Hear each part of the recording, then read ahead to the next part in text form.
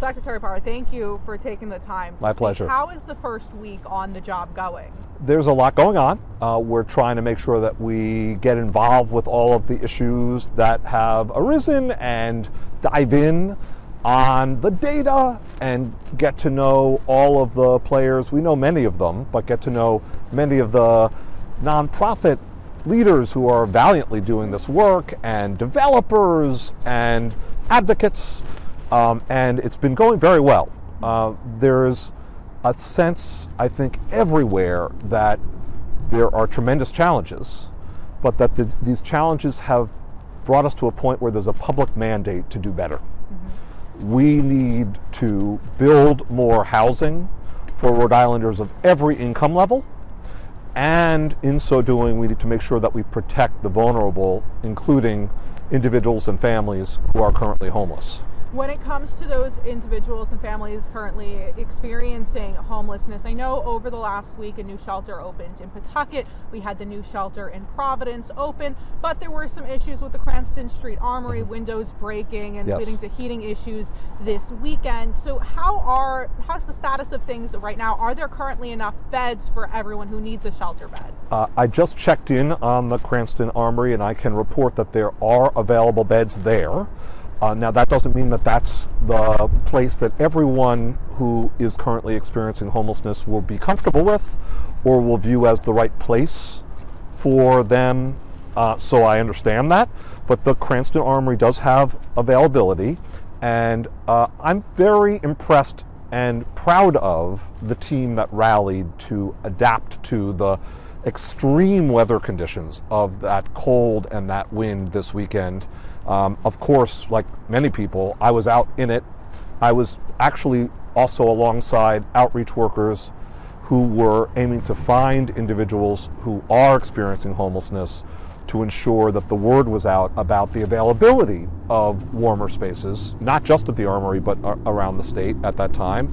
And I'm proud of the team that also came together at the Armory, which included Amos House, a magnificent organization, as well as state partners, including the Department of Administration, the Emergency Management Agency, the National Guard, who made sure that there were warmer spaces on the sides of the complex that were opened up for residents of the facility, and that there were repairs made in the middle. And for the Armory right now, it's warm in there now, those issues have been fixed? It is. The temperature is very improved. It is warm in there, including in the central area. That's sort of the larger space where many of the beds are. The sides of the facility were kept warm successfully throughout the entire weekend, throughout the entire cold stretch, and there was a quick adaptation. Also, Amos House helped, working in concert with Crossroads, two magnificent organizations, to relocate couples to a brand new facility that was opening on Hartford Avenue here in Providence, and some other relocations as well. Individuals needed to choose to go about those relocations, and many did. So the numbers were slightly lower, and there was the use of those other parts of the facility. So again, though we need to do better in having a plan that ensures that we can expand when weather conditions require even more beds. We can expand when any conditions result in more individuals and families experiencing homelessness. As much as is possible, expand. We also can be proud of the fact that nonprofit organizations and leaders and state leaders got together and did adapt. When it comes to the issue of the homelessness crisis in the state, right now one of the most visible spots that people are seeing this come into play is the underpasses in Pawtucket, where it seems like a lot of people are just passing the blame and no one's actually getting out there to help them and bring them to shelter. How are your feelings on how the city and state have handled this specific issue so far? First of all, I can tell you I did have the opportunity to be alongside outreach workers in different parts of the state in recent weeks, and inclusive of the very challenging weather of this past weekend. And I can tell you that outreach workers are in fact going to many of the locations, including those that are adjacent to highways and under infrastructure, I've witnessed that they are doing outreach to people. So there are valiant efforts by nonprofits to reach out to individuals and families who are experiencing homelessness. Now, we ought to do more there as well. We ought to do more outreach, resource it and enable it and do it. And we do need to deal with scenarios where public safety risks exist for all involved. We need to deal with scenarios where individuals who are currently experiencing homelessness, where motorists, where others could be experiencing risk. And that is the job of all of us. It's the job of the cities and towns involved. It's the job of the state. It's the job of the nonprofit providers. And we're going to work as part of alliances to address these issues over time, and especially focus on ones that may be more time sensitive. So if outreach is being done, because I think it seems like a big safety issue at this point. You don't want anybody falling or something terrible to happen.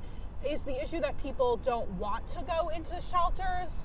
I don't think that anyone can make a universal statement, and I cannot make a statement as to specific cases just because I don't have all of the knowledge.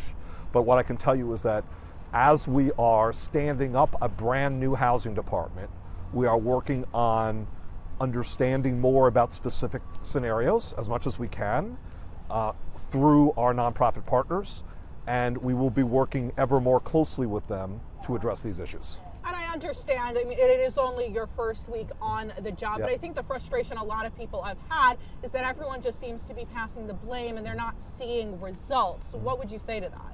I would say that I think the system is improving, but there's a long way to go. And I would say also that some of these situations are very complicated, where it is valid that there are public safety risks to multiple people involved, for example, multiple parties involved. And also, we have to acknowledge that for the individuals and families experiencing homelessness, the places we're talking about are their homes. And all the possessions they have in the world are located there. And it requires the right approach and the right process, but under some scenarios, it has to happen expeditiously for everyone's benefit. So these are complicated scenarios, and I think that's why it's important that we have a housing department that has professionals who deal with issues of housing and homelessness, who can address these issues and the array of issues in Rhode Island. And let me just volunteer a point. All of these issues are important. The root of them, in part, is that we need more permanent housing stock, including supportive housing that is permanent for people who have complex issues in their lives, for the most vulnerable Rhode Islanders, and we need more housing stock in general because our housing market is overheated. So individuals and families of every income level are finding it very difficult to find new homes in Rhode Island, and that's a problem because it affects our most vulnerable. That is crucially important and something we need to address. It also affects our children and grandchildren who are seeking jobs and can't find a home in this state. It therefore affects our economy. It affects working Rhode Islanders. It affects everyone.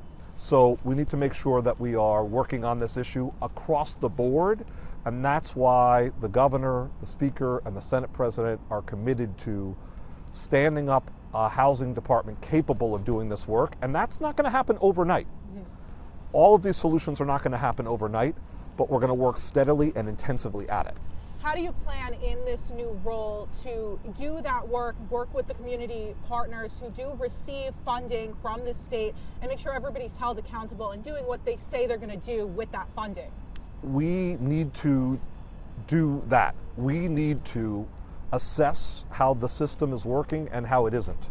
How the system has come together to help produce housing, preserve housing that is affordable, and to grow opportunities for our most vulnerable Rhode Islanders.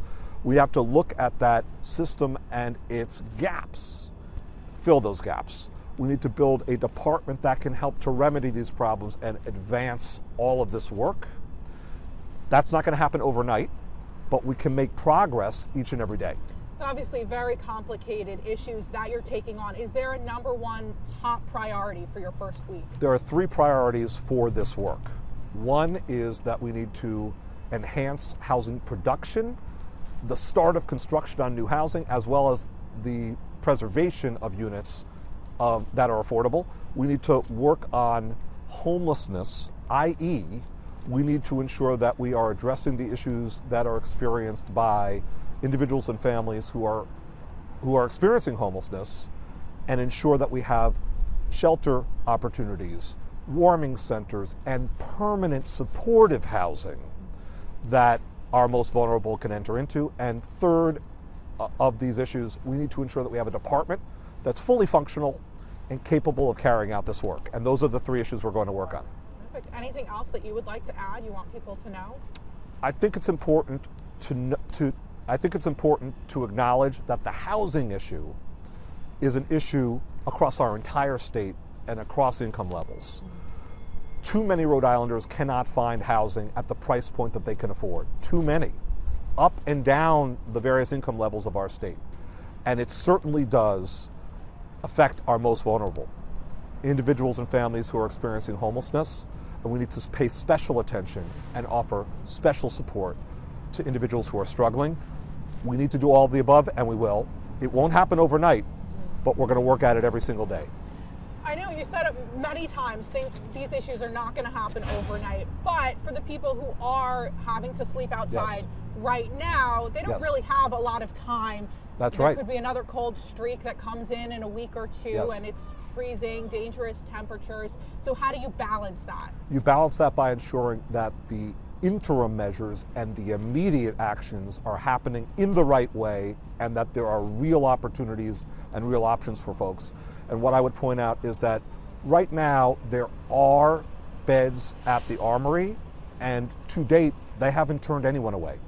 So the Armory is available for these purposes, and we need to ensure that the word gets out about that. And we also need to work in concert with cities and towns, and work in concert with the nonprofit providers who are working their hearts out to ensure that we expand these shelter opportunities and warming center opportunities en route to permanent supportive housing that can help our most vulnerable find the housing that they need.